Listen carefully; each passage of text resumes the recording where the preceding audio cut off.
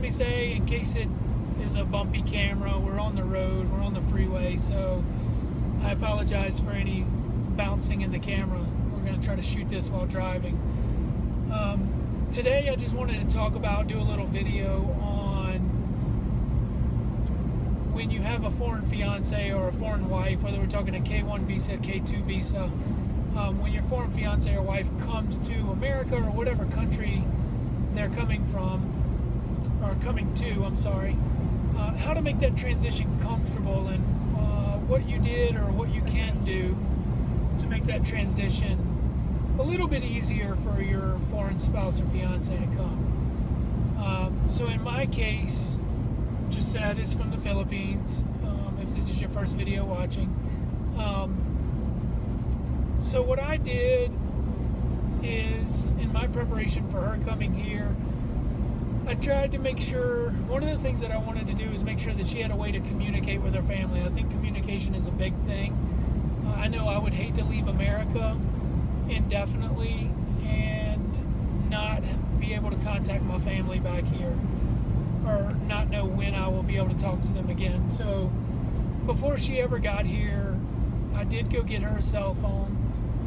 Now I know some people think, oh, well, you know, she didn't get to pick it out, she didn't get to pick her color. It was kind of easy for me because Jesset is a lady, she is feminine, and the phone she had in the Philippines that would not work here was red, or she had a red case on it. So I knew pink. Yeah, pink, maroon, red. I knew that a feminine color would fit her and she would be fine with that. So I did pick her up a rose gold iPhone, had it connected, ready to go the week before she got here. So the minute she stepped off the plane, she had a telephone in her hand to let her family know she made it here safe.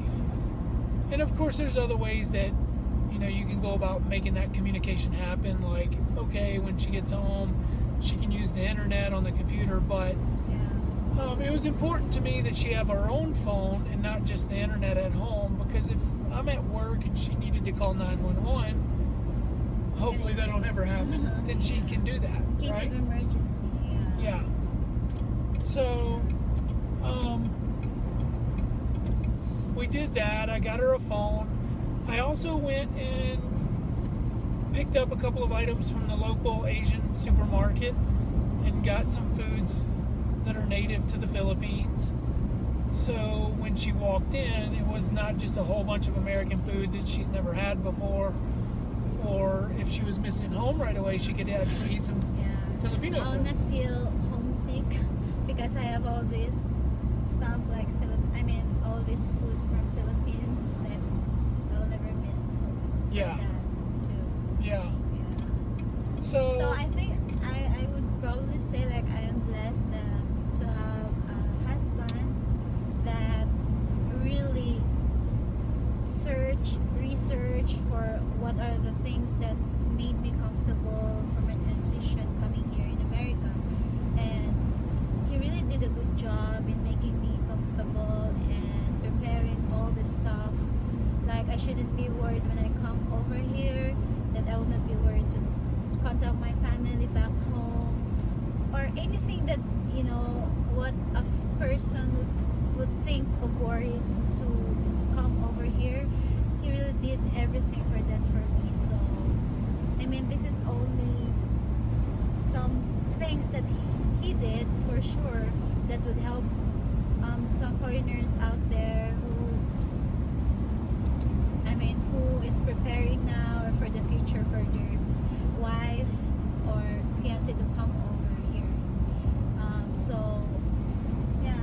Yeah, guys, I think that what you have to consider is, you know, I know there's a lot of guys that, whether it be you're on a budget or, you know, some guys, it seems like I've watched a lot of YouTube channels out there.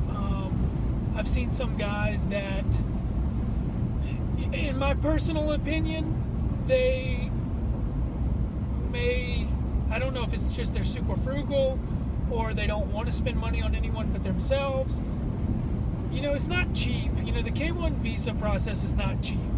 And if you want to make somebody comfortable also coming here, that's an added expenditure. So I see some guys that, to me, in my opinion, they can't afford to bring people from another country as a spouse or a fiance.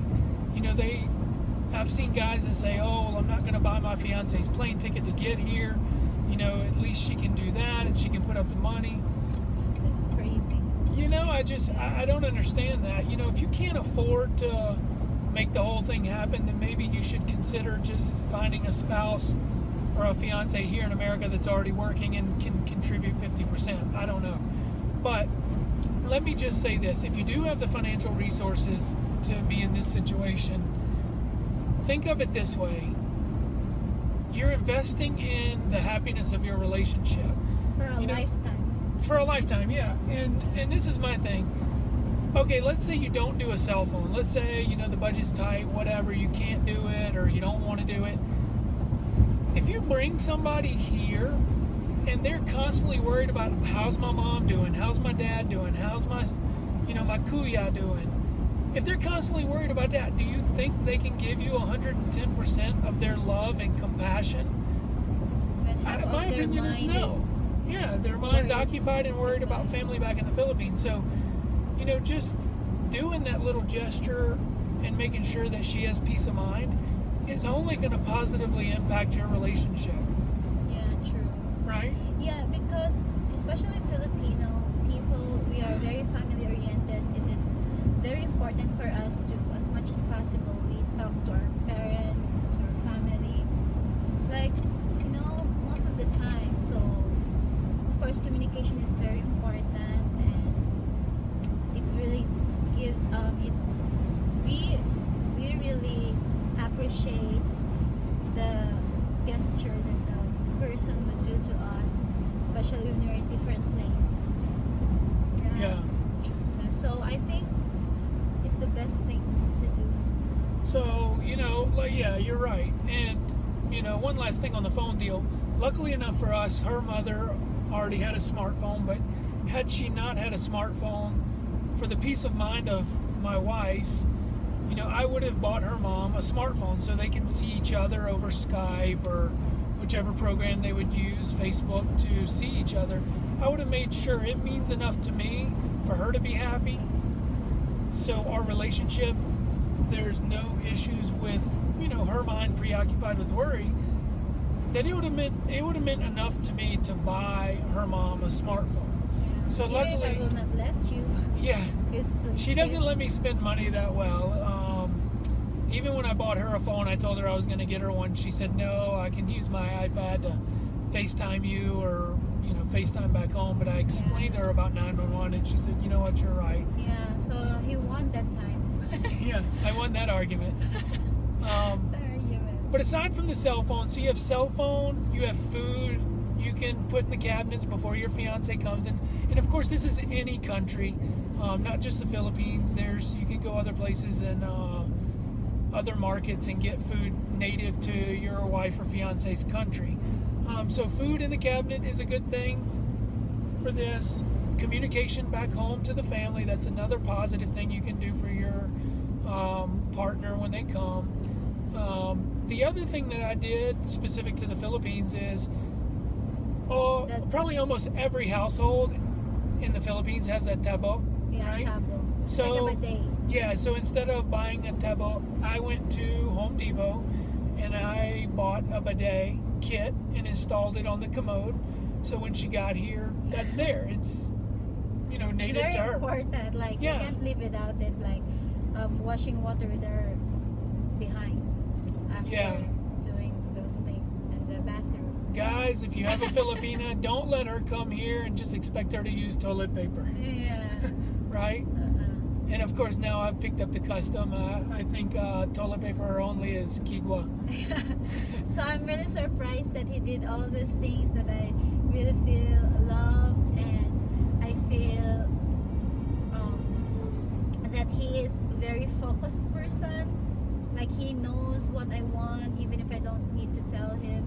So that's a very big good impact to me as part of my transition coming over here, being with you. Although I didn't want you to do those things, but I'm just blessed, but hearing some of the foreigners who did not as same as good as you, it makes me feel bad to a Filipina or whoever, a person who will come to a different country, would not be able to experience what I experienced, that you make me feel Yeah. good about it, you know. Yeah. So yeah, I feel sad to some Filipino, but of course, I hope, you know, everybody's like my husband, you know. You're so sweet. So I think, I mean, that's just a few of the things that I did. Of course, there's more out there that you can do. These are just kind of some of the highlights. One of the other things that you can do, which I already had for myself personally, and a Filipina in particular is not going to require this, or probably never request it, because they're used to cooking rice on the stove. But it is 2016. We do have technology. We're not in a developing country here in America. Buy a rice cooker. Make it easy for her. You know, they're cheap, $30-40. I personally have the rice cooker that is a rice cooker, crock pot, steamer, all in one for like $30-40 from Walmart. So it's so much easier. It's one less thing she has to worry about on the stove while cooking meals. You know, just get that.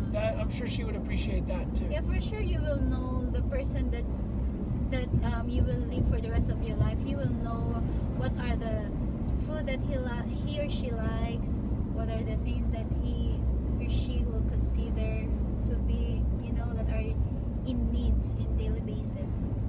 Yeah. So I think, I hope everybody can do the same as what you did. Yeah.